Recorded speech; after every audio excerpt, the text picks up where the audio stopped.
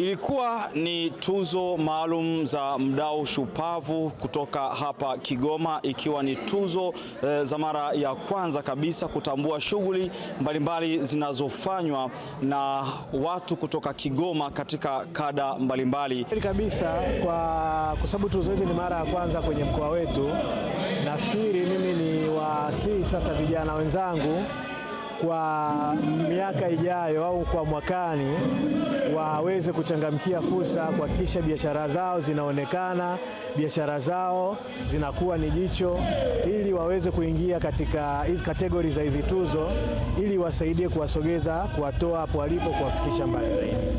Naamini nitapita mkoa mzima, sitoishia Kasulu tu, na tutakuja Kigoma, tutaenda Buigwe, tutaenda Kibondo, tutatembea mkoa mzima ili kuwafikia wanawake wengi zaidi. Kupatikana kwa hizi tuzo ni motivation kubwa na inaonyesha kwamba ni kwa kiasi gani mimi naigusa jamii.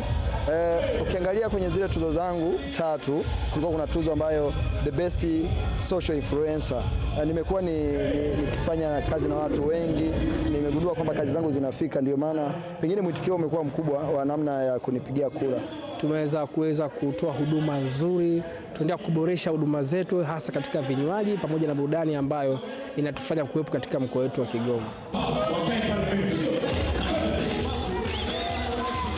Ni mara ya kwanza kwa tuzo hizi, wengi wakisema ni chachu kuona namna ambavyo wakirejea wataendelea kuboresha ili kuwa na ushindani zaidi, ushindani ambao hautaishia kupata tuzo kwa miaka inayokuja, lakini kuendelea kugusa maisha ya wananchi.